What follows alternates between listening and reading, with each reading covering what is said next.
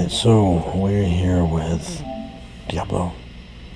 Since the audio navigation's launched, how does the game feel? How does the game feel with the rebalancing and difficulty not spikes, but difficulty changes? Generally, I'll say it feels great. It feels way more accessible. Like, you can just move so much smoother because of the nav. Such as, for example, I completed the prologue on a brand new character, from making the character to being able to join up with party members and friends and pick which region of the world I want to travel to. I did that in like maybe 15 minutes, if that, because you can just speed run through all of the open world navigation because it has the sound effects, where the dungeons don't. But to be fair, they're not that difficult to actually navigate. You just need patience. So yeah, it's just the way it was implemented is very user friendly. There is a bit of a trick to getting your character just right to interact with whatever prompt you need to for like talking to characters, whatever. So how it functions right now is if you place a physical pin with the square button or X button or your left action button on whatever your platform of choice, it will place a pin. So let's just place a pin up here in Scotland, right? Some random location. And it starts doing audio tracking. So this is directional, meaning I'm going to remove the pin. There we go. So it'll have a sound up, down, left, right, top left, bottom right, whatever direction. And if you're facing the correct direction, it will have a pinging sound that's a higher pitch. If you're facing the complete wrong direction, it will have a third like drum beat. So let's see if I can do this just right. I'm going to place the pin on this jeweler person up here. On the physical map, they're up to my right. So if I look up and right, boom, that higher, it's a little thin, there you go, got it. But if I turn the other direction, that shows I'm going the wrong direction. So you can hear the pitch start to change as you start to, so that's what it is. So if you're hitting the wrong direction, it does the third sound effect. That's not a pitch, or higher pitch. If you are facing the correct direction, its third sound effect is a higher pitch. The constant like heartbeat drum thing is just there, right, at all times. The other sound that's not the constant heartbeat drum is contextual, based on facing the correct direction or facing the incorrect direction entirely. So that's the general gist of how that works. It works if you place a physical pin yourself. It works if you track quests in your quest book. So let's say I have Slayer's Retribution. This is to get the barbarian mercenary lady, cannibal, whatever her name is.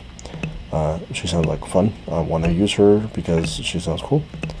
But from here I can just follow the audio. I can walk there or ride my horse or whatever, but eventually I'll get there, right? But if I want to shut it up, I'm going to remove the pin real quick. So this just makes the navigation so much faster and smoother for all involved who are blind or vision impaired. And the thing is, you don't have to have it this loud, you don't have to have it this fast or slow. You can customize you can tweak it. Here's the kicker. It will get you to within maybe like a couple, like 2 steps of your character you have to talk to. Maybe, depending on certain objectives, it may only take you to the area you need to search. It will not bring you to the thing you need to actually physically find in the search zone. So there's a couple of hookups, but that's also part of the actual design. Certain quests want you to search, so you have to search. The audio nav will try its best to if you get too far away from the search zone, it will, hey, go back to that zone, right, with the nav. And if you feel like you're off by a little bit, let's say a season quest, that dog got really loud.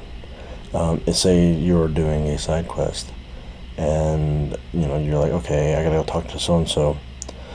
You can, it'll tell you you've reached your destination, maybe you don't find the person, but what you can do is always pull up the map and double check Okay, there's right here next to me, right? But say for example, he was some sort of priority quest indicator, side quest indicator, held tide, a whisper, something.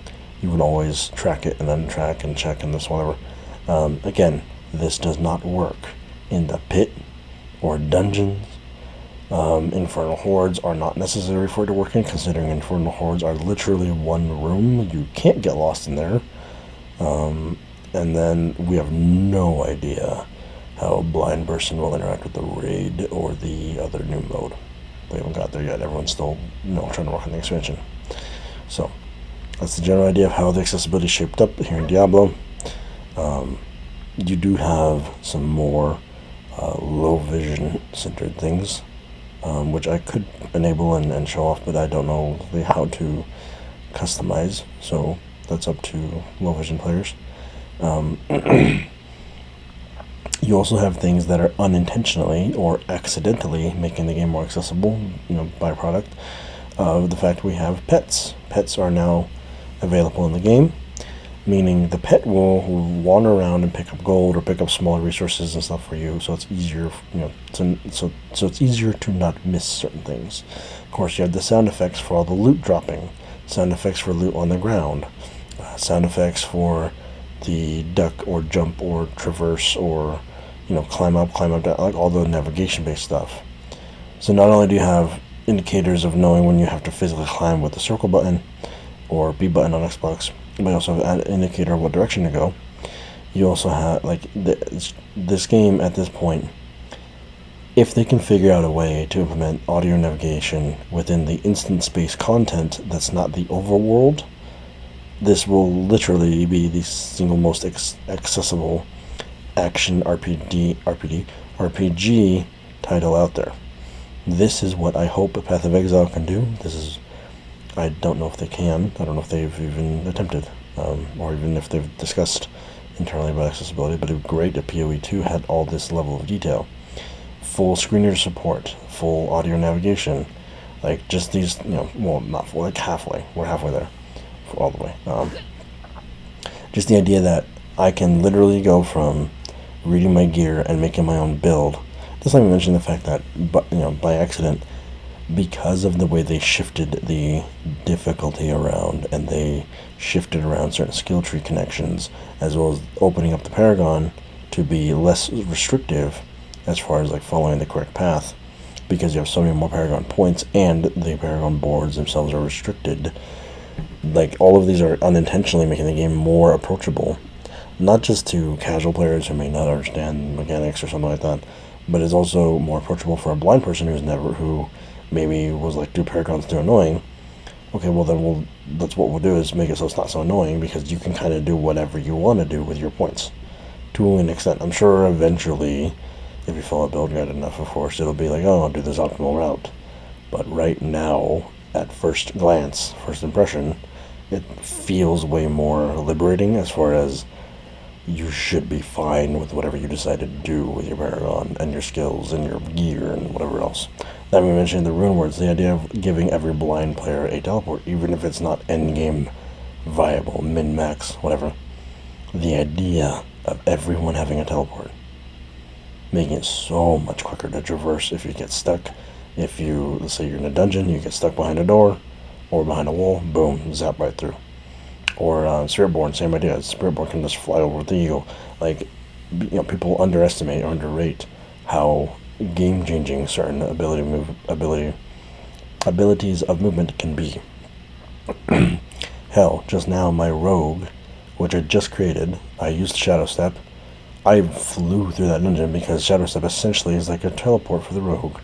Because you cannot waste Shadow Step, because it only activates when they're close enough to actually hit the Shadow Step, and it only works if it's locked onto an enemy, and you just dash right there, so it just works like a teleport. So, point is, if you're interested in Diablo in any way, I would definitely advise picking up the game. The game is as close to fully accessible as we're going to get, at least for the foreseeable future. I imagine Dungeon Nav Assist and other instance-based Nav Assist will be here soon. Thanks again for listening, or watching, or just sitting here doing nothing, I suppose. But, yeah. my foreseeable plans or plans for the future, I've got 3 characters. I've got a Necromancer for my solo endeavors, Spiritborn for playing with my wife, and a Rogue for playing with a friend of mine, where you're probably going to do the campaign, probably on stream. If I can arrange times and stuff, we'll probably do campaign bits on stream, so that'll be fun.